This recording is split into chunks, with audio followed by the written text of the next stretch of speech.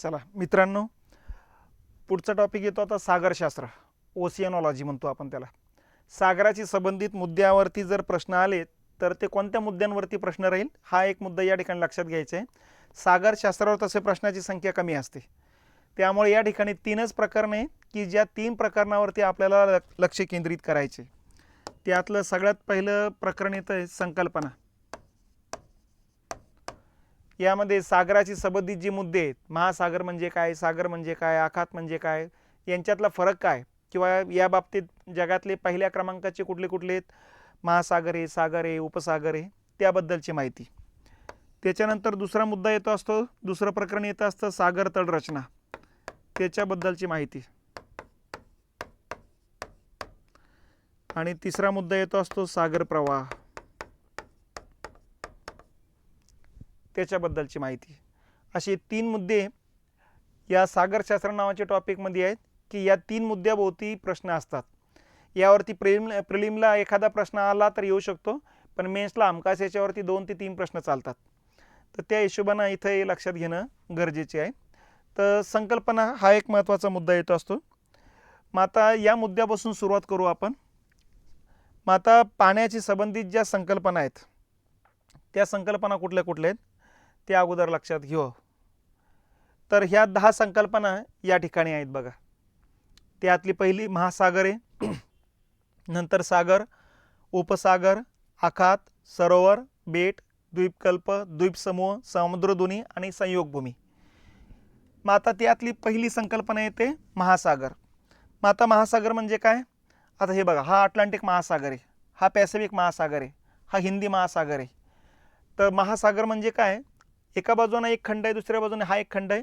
या 2 खंडादरम्यानचा खाऱ्या पाण्याचा विशाल जलाशय, त्याला महासागर म्हणायचे. 2 खंडादरम्यानचा खाऱ्या पाण्याचा विशाल जलाशय म्हणजे महासागर. मग असे टोटल महासागर किती पृथ्वीवर? तर सगळ्यात मोठा येतो असतो पॅसिफिक महासागर. हा उत्तर अमेरिका, दक्षिण अमेरिका एका बाजूला आहे आणि पलीकडची बाजू सगळी आहे आणि इकडे आशिया आणि ऑस्ट्रेलिया खंड आहे. या पद्धतीनं 1662 लाख चौरस किलोमीटर एरिया या महासागराने व्यापला गेलेला आहे. म्हणून पृथ्वीवरचा सगळ्यात मोठा महासागर येतो प्रशांत महासागर किंवा पॅसिफिक महासागर. दुसऱ्या क्रमांकाचा महासागर आहे अटलांटिक महासागर. एका बाजूला उत्तर अमेरिका, दक्षिण अमेरिका आहे, तर एका बाजूला युरोप आणि आफ्रिका खंड आहे. यांच्या दरम्यानचा हा एस आकार या महासागराचा येतो. ठीक आहे. जवळपास 865 लाख चौरस किलोमीटर एरिया या महासागराने व्यापलेला आहे. नंबर 3ला येतो असतो हिंदी महासागर. हिंदी महासागराच्या पश्चिमेला आफ्रिका आहे, उत्तरेला आशिया खंड आहे, पूर्वेला ऑस्ट्रेलिया खंड आहे. यांच्या दरम्यानचा महासागराचा पार्ट आहे. 735 लाख चौरस किलोमीटर एरिया व्यापला गेलेला या महासागराने. त्याच्यानंतर 4 नंबरला येतो साऊथर्न ओशियन, दक्षिण महासागर. हा दक्षिण महासागर म्हणजे 2007ला या ठिकाणी असं मान्य करण्यात आलं आहे की तिन्ही महासागराचा 60 अक्षवृत्ताच्या दक्षिणेकडचा जो पार्ट आहे, 60 अक्षवृत्ताच्या दक्षिणेकडचा आणि अंटार्क्टिका खंडाभोवतालचा एरिया जो आहे तो दक्षिण महासागर म्हणून मान्यता भेटलेली आहे. तर हा जगातला 202 लाख चौरस किलोमीटर एरिया व्यापला गेलेला 4थ्या क्रमांकाचा मोठा महासागर आहे. आणि 5व्या क्रमांकावर येतो आर्कटिक महासागर, जो उत्तर ध्रुवावर आहे. 106 लाख चौरस किलोमीटर एरिया व्यापला गेलेला आहे याने. आणि हा उत्तर अमेरिकेचा वरचा भाग आहे, आशियाचा वरचा भाग आहे, ठीक आहे, युरोप खंडाचा वरचा भाग आहे. या खंडाच्या दरम्यान वरच्या ध्रुवीय भागामध्ये येतो असतो. हा सर्वात लहान येतो असतो. तर 5 महासागर आहे. सर्वात मोठा येतो पॅसिफिक, सर्वात लहान येतो असतो आर्कटिक महासागर. दुसरी संकल्पना आहे सागर. आता महासागर म्हणजे मोठा असणार आहे, सागर म्हणजे छोटा असणार आहे, हे क्लिअर कट आहे. त्याचबरोबर सागराला एकतर काही बाजूने जमिनीने वेढलेला आहे किंवा पूर्णपणे जमिनीने वेढलेला आहे. तर असा हा पाण्याचा भाग फक्त महासागरापेक्षा छोटा भाग, त्याला म्हणायचं सागर. मग व्याख्या कशी केली जाते? अंशतः अथवा पूर्णतः जमिनीने वेढलेल्या पाण्याच्या भागाला सागर म्हणायचं.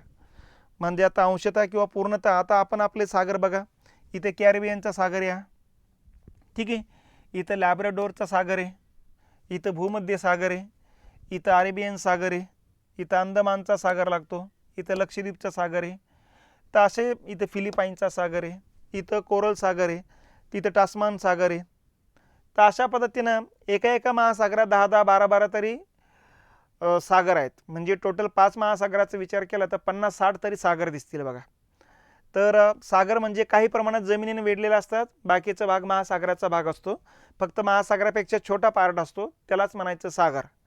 मग आता हे 50-60 जे काही पृथ्वीवरती सागर आहेत, यामध्ये सर्वात मोठा सागर येतो अरेबियन सी, अरबी सागर म्हणतो आपण त्याला, आणि हा हिंदी महासागराचा भाग आहे. ठीक आहे. तर ही दुसरी एक संकल्पना लक्षात असणं गरजेचं आहे. तिसरी संकल्पना घ्या, उपसागर.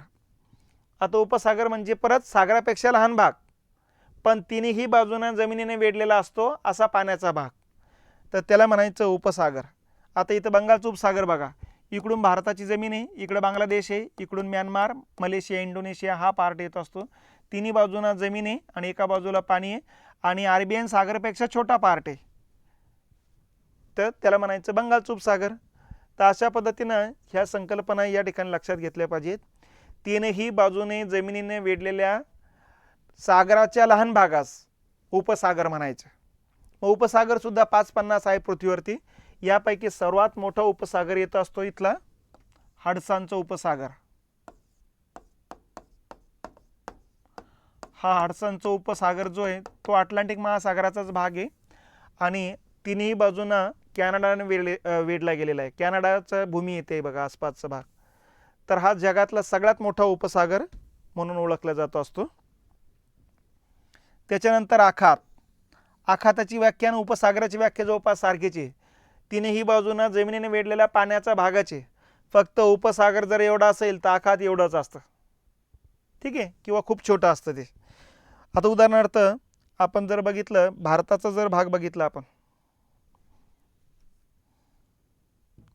भारताचा पश्चिमेकडची एरिया बघा असा आहे आपला. तर या ठिकाणी कच्छची आखात आहे आणि या ठिकाणी खंबायतची आखात आहे.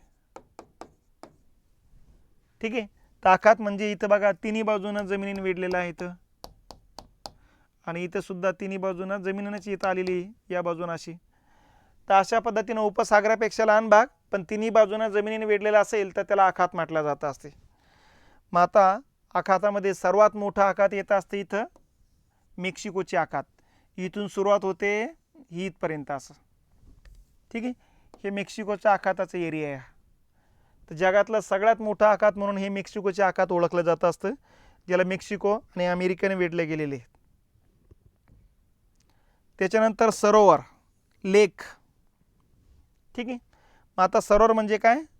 सरोवर म्हणजे चारही बाजूनं जमिनीने वेढलेला पाण्याचा भाग, त्याला म्हणायचं सरोवर. मग आता सरोवराचे सुद्धा 2 प्रकार पाडले जातात.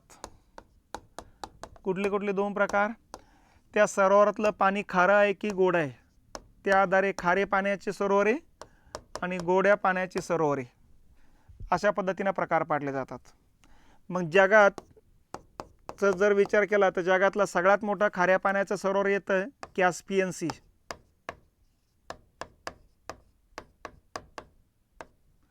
आणि सगळ्यात मोठं गोड्या पाण्याचं सरोवर येतं लेक सुपेरियर.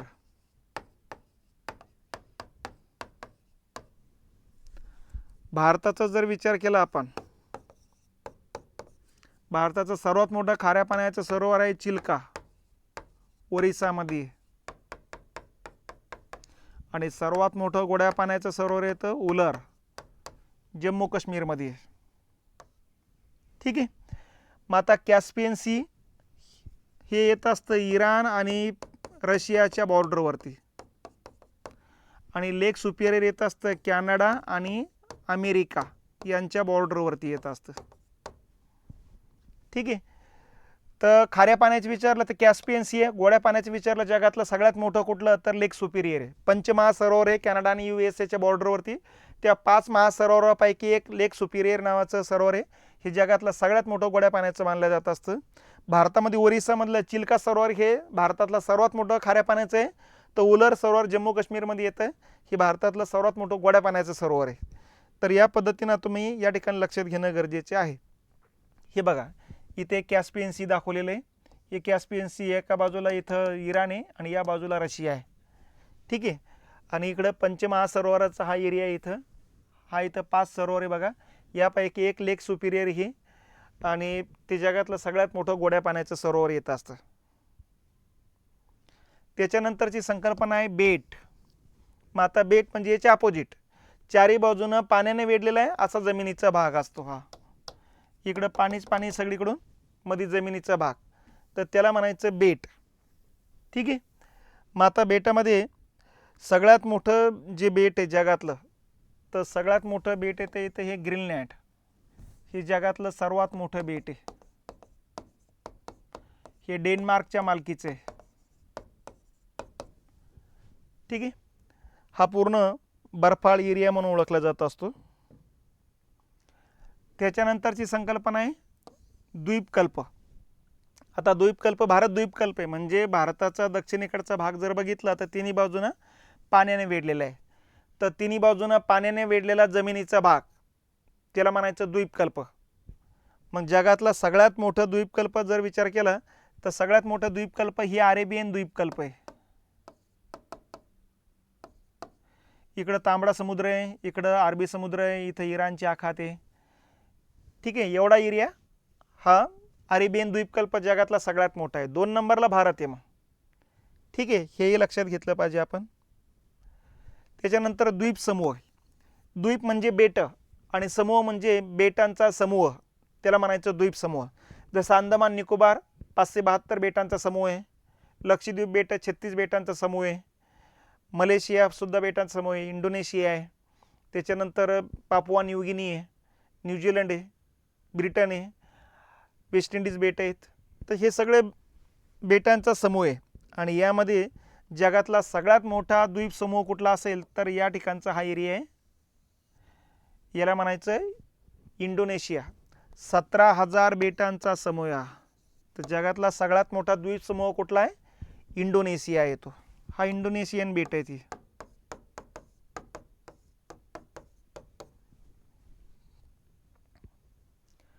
त्याच्यानंतर सामुद्रधुनी. सामुद्रधुनी म्हणजे काय? तर 2 मोठ्या जलाशयांना जोडणारा पाण्याचा चिंचोळा पट्टा, त्याला म्हणायचं सामुद्रधुनी.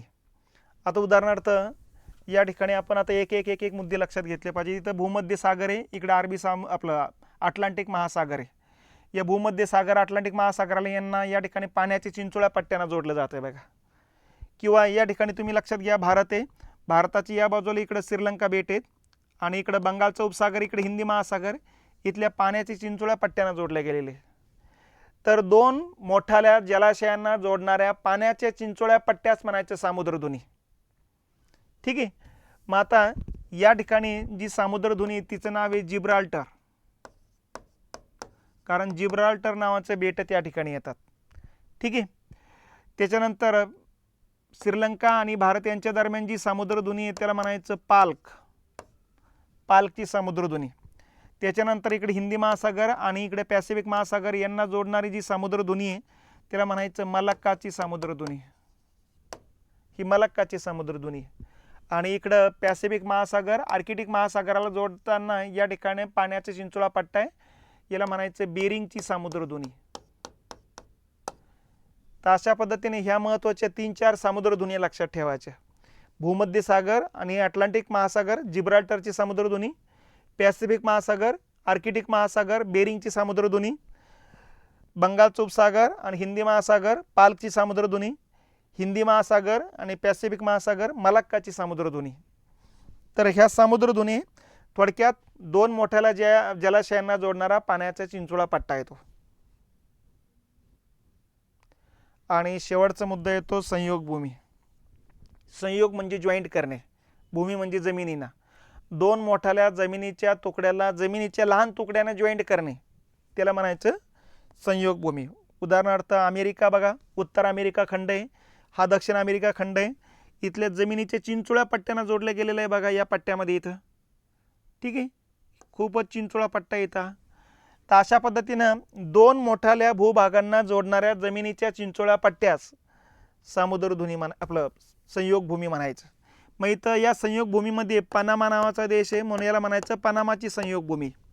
आणि या पनामाच्या संयोग भूमीनं कुठले 2 भूखंड जोडले तर उत्तर अमेरिका आणि दक्षिण अमेरिका हे 2 भूखंड जोडलेले आहेत. तर याला म्हणायचं संयोग भूमी. 2 मोठ्या खंडांना जोडणाऱ्या जमिनीचा चिंचोळा पट्टा, तर त्याला म्हणायचं संयोग भूमी.